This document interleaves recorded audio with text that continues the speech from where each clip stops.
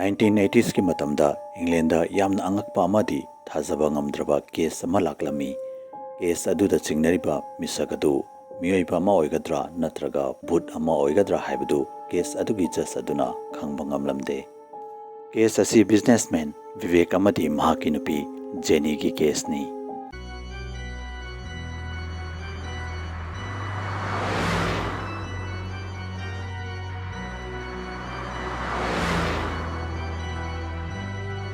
Vivek amadi Jenny ki yumban lambi asi matam kara haujalami amadi handakta England da ship tawduna England da leirami.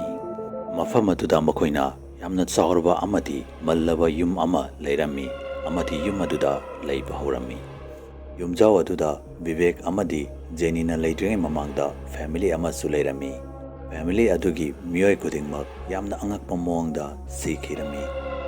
Mafam adugi miyoi singna Yumjao aduda leiramba family kudingmak yamna kuina hingkiba amata yaudri haina hainai. Nongma hingama Vivek amadi Jenny ki marakta yamna kana khanaraki. Jenny ga khanaraba matangda Vivek jomadugi library manungda sangduna lairik paduna phamduna leirami. Mahakna Yumjao adugi library aduda yamna mallaba lairik ama fangnarami. Lairik aduda mahakna Bhoot singa Taramna Wari sanagani haibadu uba fanglami. Vivek na lairik adu lauthoklaga paba haurami. Mahakna lairik adu paba haugalakpada mahaki manakta kanakuma leptuna mabu yengduna leibagum taurami. Mahakna kimankiduna koing yenglami adubu mahaki manakta kanamata leporamde. Lairik aduda mamangaida misingna Bhoot pukaunabagidamagta mijena kaibasingbu mai thaduna laison sonarami haina irami. Vivek na lairik adu paduna leiringaida Jenny na kanna laubagi khonjelama tarakhi. Vivek lairik adu thamlamlaga Jenny ki manakta kanna chelakhi. Mahakna Jenny na makuta photo amma paiduna leptuna leiramba ukhi. Jenny na photo adu yenglaga kanna laurami. Vivek na Jenny dagi photo adu lauraga yengbada photo adudi mahaki photo oirami. Photo aduda Vivek coffee ki cup ama paiduna leblami. Photo adu hapta animuki mamangda kapkiba photo oirami. Adubu Jenny na photo adu uraga koilau lauribadu karigino haibadu Vivek na confirm ama kanglamde. Jenny na lauba adu lemandabadagi Vivek tofam khangdaduna Jenny bu tumnabaguli pizaraga tumhanki. Lairik adu parvadagi Vivek mathamoy adu khara kitokkirum taurami amadi mahaki anova mayum adugi manungda koichat chattuna leirami. Yum aduda koiduna chalingaida mahakna yum adugi basement adugi thong adu urami. Mafam adu matam kuiraba mamangda maina sakibagum taurami. Basement adugi kachinamada mahakna sanglabada mingsel khara maina sakiduna taduna leiba urami. Mingsel adu urubadagi Vivek masaduda karigumba nungaitabama fauraklami amadi mahak mafam adudagi yamna thuna thognaba khallami. Mahakna maning hek leithoropada mi manga kaki asiba hakchang mangonda munna yengduna taduna leiba urami. Asiba hakchang sing adu yamna tamthina maina sakibagum taurami. Asiba sing adugi hakchang adu ikhang khangaudana pulap haugalaki amadi Vivekta asumna hairaklami. Mafam asidagi yamna thuna chenkho ꯑꯩꯈꯣꯏꯅ ꯇꯧꯈꯤꯕ ꯑꯁꯣꯏꯕꯁꯤꯡ ꯑꯗꯨ ꯅꯪ ꯑꯃꯨꯛ ꯇꯧꯒꯦ ꯈꯟꯒꯅꯨ ꯃꯍꯥꯛꯅ ꯀꯅꯥꯕꯨꯁꯨ ꯉꯥꯛꯄꯤꯔꯣꯏ. Vivekna yamna kina nakhoi ngangliba adu kanagi maramdano haina hanglammi. Wahang adu tabda asiba haksang adu tumina leptuna leikhi amadi Vivekbu munna yengduna leirami. Vivekna amukasu noina ngangliba adu kanagi maramdano haiduna hanglammi. Adubu asiba haksang aduna amukasu karimata haidana tumina yengduna leirami. Madudata Vivekna makhoina yenglibasi mangoda natti magi maningda leptuna leiriba misak adudani haibadu khanglammi. Mahakna khudakta maning leithoklaga yenglobada mahaki maningda yamna sathiraba amadi tamthiraba Bhoot ama mabu yengduna leptuna leiramba ukhi. Bhoot adugi mamit amasu yauramde amadi mahakna mamangda maina saktuna taduna leiramba mingsal adusu paiduna leiramba ukhi.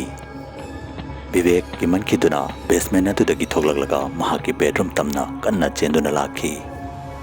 Mahakna bedroom hek yobaga bedroom adugi manungda Jenny mamangda koicha chatuna faglangda karigumama iduna leiramba uki. Vivekna Jenny da aikoi mafam asi thadoptuna haujimak chattaba yadre haiduna hairami. Adubu Jenny di makutta mingsela kaibama pairaga faglangda karigumama pangida iduna leirami. Mahakna Jenny ki manakta sangsilubada ngaihaki mamangda Jenny na paiduna yamna kanna lauramba photo adu makada kaiduna taduna leiramba uki. Mahakna photo adu thangkalaga yenglubada ngaihaki mamangda Jenny na photo adu pairaga kanna lauduna kappage maram adu khangba ngamlami. Photo adu da Bhoot amana Vivek mangak samatu paiduna metuna lerami amadi Jenny mahaki maningda wanthaduna taduna leramba uki. Vivek madu ubada yamna kirami amadi Jenny bu wakhan taraknaba masadu paiduna kanna nomlami. Adubu Jenny di mahakna faglangda idibadu adum iduna lerami. Jenny na faglang aduda "This is the house of the dead. Go away." Haibadi yum asi wasingi yumni mafam asi thadokduna satko haiduna irami. Vivekna Jenny bu pomduna thangalaga yum adugi mapanda kanna chenthoraki. Adubu siri adu hek yorpaga kanaguma mana mahaki makhnauda kanna paiduna melakpagum taurami. Jenny Vivekki makutagi nathokduna siri adugi makhada taaki. Viveksu mafam aduda wanthaduna taaki.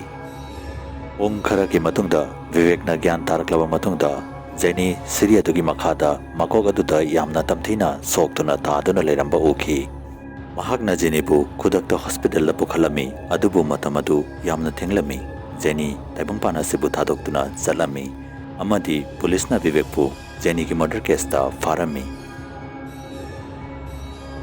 Vivek ki lawyer na court ki room aduda leiriba judge aduda Wari adu mek sengna tamlami.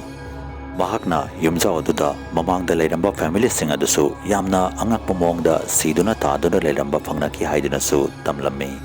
Lawyer adugi wahigi matungina police sama Yumjao aduda yengnunaba tharami. Adubu police aduna basement aduda mingsela kaipa amata phangnaramde. Bedroom adugi faglangda su karimata iba uramde. Photo adusu dressing table adugi mathakta fazana leiramba phangnaki. Police aduna Vivekna Yumjao adugi library manungda paramba Bhoot ka wari sanaba yaba laiwa yauba lairika adudi phangnarami. Just aduna wari sing adu taraba matungda Vivekna liriba wari sing adu sajenaba ngaktani mahak mara leiraba misakamani haiduna numit kharanigi matungda phasi tauki.